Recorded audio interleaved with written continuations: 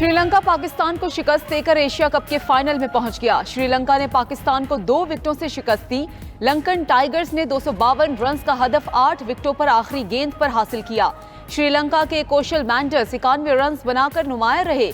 4 थेसलोनिका 49 run बनाकर not out रहे। सुदेरा Samara Vikrama 48 run बनाकर आउट हुए। इफ्तिखार अहमद ने 3, शाहीन आफरीदी ने 2 और शादाब खान ने 1 विकेट हासिल की। एशिया कप का फाइनल श्रीलंका और भारत के दरमियान कोलंबो में इतवार को खेला जाएगा।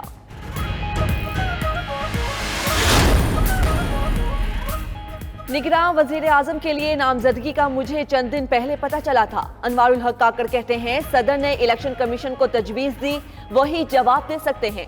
सदर ममलकत आईनी तौर पर मुल्क के सरबराह हैं। कानून साजी का इख्तियार पार्लियामेंट का है। इंतखाबात कराना इलेक्शन कमीशन की जिम्मेदारी है, हुकूमत का काम नहीं। 1 दिन रहें या 1 महीना, कानून के मुताबिक रहेंगे। ख्याल है मुनासिब वक्त में इंतखाबात हो जाएंगे।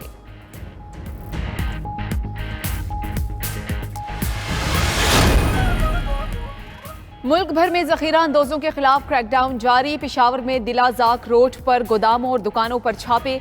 बगैर रिकॉर्ड चीनी रखने पर गोदाम सील। चीनी की 50 किलोग्राम की 700 बोरियां बरामद।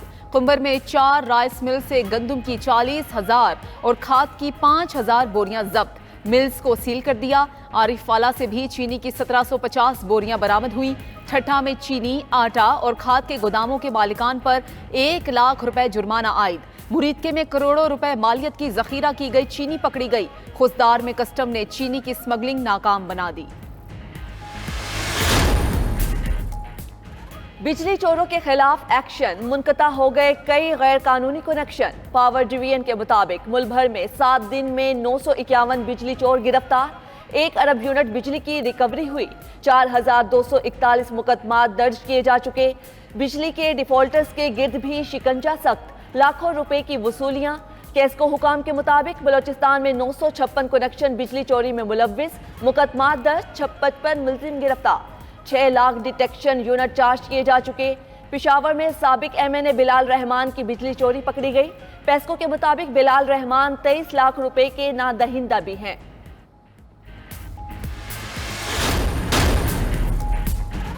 निगरान वजीर आजम अनवारुल हक काकड़ ने मिस यूनिवर्स मुकाबले के लिए पाकिस्तान का नाम इस्तेमाल करने पर रिपोर्ट तलब कर ली। फौरन ऑफिस को हिदायत की कि दुबई हुकाम से राब्ता करें कि प्राइवेट कंपनी मुकाबला हुसन के लिए पाकिस्तान का नाम कैसे इस्तेमाल कर सकती है।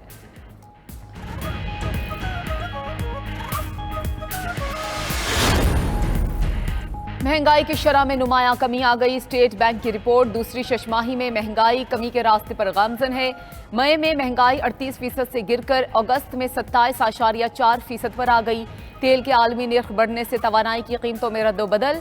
आइंदा हकीकी शरह सूद मज़बूत दायरे में बरकरार रहेगी। खाम माल की बेहतरी, कपास समेत ज़राअत का मंजरनामा बेहतर हुआ। जारी खाते का खसारा गुज़श्ता 4 माह फाजिल रहने के बाद जुलाई में कम हुआ। स्टेट बैंक का मॉनेटरी पॉलिसी का ऐलान, शरह सूद 22% पर बरकरार।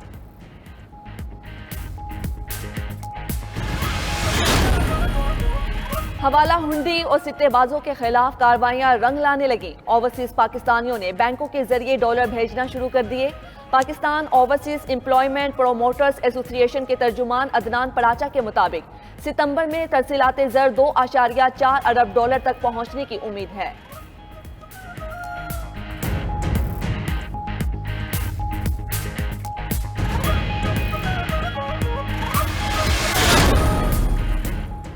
पैदावार 0, खर्चे अरबों। पाकिस्तान स्टील मिल्स कौमी खजाने पर बड़ा बोझ। स्टील मिल्स के सफेद हाथी को 21 साल से पालने का सिलसिला जारी। पाकिस्तान स्टील मिल्स चलाई जाती है, ना ही फरोख्त का कोई प्लान। ज़राए के मुताबिक मिल्स के मजमूई कर्जे और नुकसानात 614 अरब रुपए से तजावुज़ कर गए। 3000 मुलाजमीन का सालाना खर्चा 1 अरब 44 करोड़ रुपए तक पहुंच गया। कौमी एयरलाइन के लिए फ्लाइट ऑपरेशन जारी रखना दुश्वार। कराची से 10 परवाजें मनसूख, कई ताखीर का शिकार। ईंधन के हुसूल में मुश्किलात, फ्लाइट ऑपरेशन के मुतासिर होने की वजह। मुलाजिमों को ताहाल अगस्त की तनख्वाहें भी जारी न की जा सकें। उधर निगरान वजीर आजम ने PIA की निजकारी नागुज़ीर करार दे दी। अनवारुल हक काकड़ की ज़ेर सदारत पाकिस्तान इंटरनेशनल एयरलाइन से मुतल्लिक इजलास। वजीर आजम को PIA की निजकारी और दीगर मामलात के हवाले से आगाह किया गया। अनवारुल हक काकर ने कहा, सारिफीन को आलमी मयार की सफरी सहूलतें देने के लिए PIA की जल्द निजकारी जरूरी है।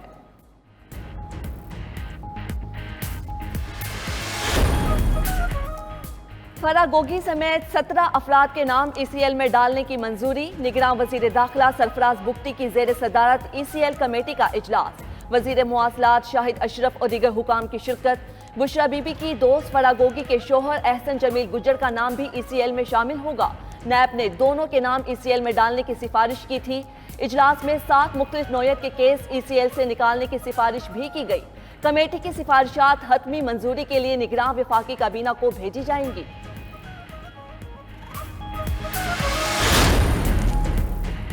साइफर केस में गिरफ्तार चेयरमैन PTI और शाह महमूद कुरैशी की जमानत की दरखास्तें मुस्तरद। ऑफिशियल सीक्रेट एक्ट की खुसूसी अदालत ने फैसला जारी कर दिया। कहा, चेयरमैन PTI और शाह महमूद के खिलाफ नाकाबिले तरदीद शवाहिद हैं। शवाहिद चेयरमैन PTI और शाह महमूद का ताल्लुक केस में साबित करते हैं। FIR के मुताबिक चेयरमैन PTI और शाह महमूद का केस में खास किरदार है। मुलजिम ऑफिशियल सीक्रेट एक्ट के सेक्शन 5 और 9 के मुर्तकिब हुए। जमानतें खारिज करने के लिए रिकॉर्ड पर काफी मवाद मौजूद है। ये ऑफिशियल सीक्रेट एक्ट का टॉप सीक्रेट है।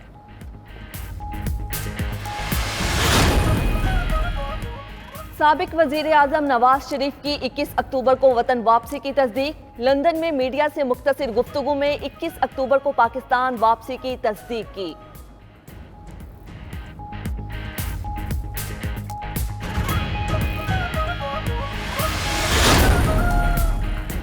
तारीख गवाह है, नवाज शरीफ को हमेशा बहरानों, तूफानों और खसारों में घिरा मुल्क मिला।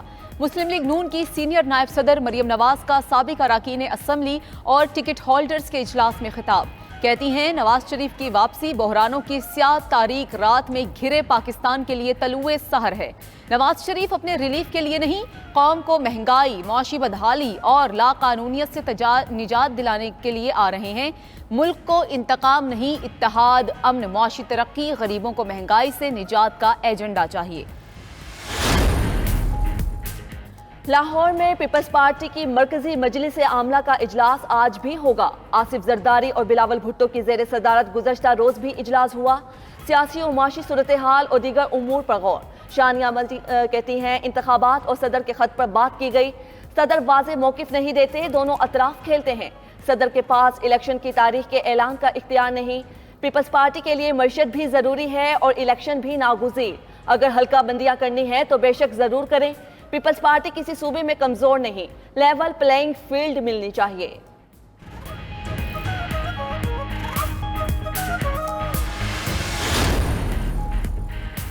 JUI सरबराह मौलाना फजलुर रहमान कहते हैं कि कौम में शऊर को बेदार होना चाहिए कि मुल्की मईशत को किसने तबाह किया। पाकिस्तान की सियासत में तब्दीली लाना होगी।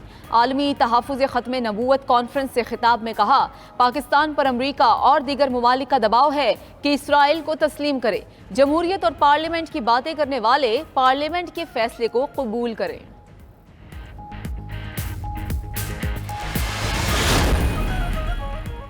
पाकिस्तान बार कौंसिल के वाइस चेयरमैन हारूनुल रशीद का चीफ जस्टिस उमर अता बंदियाल के नाम नोट। पाकिस्तान बार की जानिब से चीफ जस्टिस को लिखा गया नोट मीडिया को भी जारी। नोट में कहा गया, पाकिस्तान बार रिटायर होने वाले चीफ जस्टिस के रेफरेंस में अदालती खामियों और खूबियों की निशानदेही करती है। Chief justice Umar Ata Bandial full court reference नहीं ले रहे। पाकिस्तान बार एहतिजाजन जजेस की जानिब से चीफ जस्टिस के एजाज में इशाइये में शरीक नहीं होगी।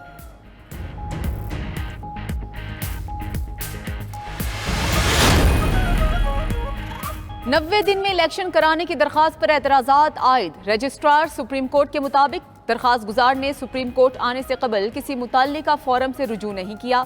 सदर मुमलिकत को आर्टिकल 248 के मुताबिक दरखास्त में फरीक नहीं बनाया जा सकता।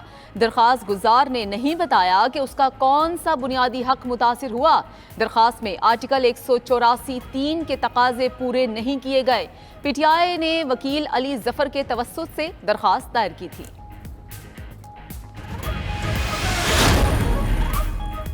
चीफ इलेक्शन कमिश्नर की जेर सदारत इलेक्शन कमीशन का इजलास। इलेक्शन कमीशन ने इलेक्शंस एक्ट के रूल्स की मंजूरी दे दी। इलेक्शन कमीशन ने रूल्स को वेबसाइट पर जारी करने की मंजूरी भी दे दी।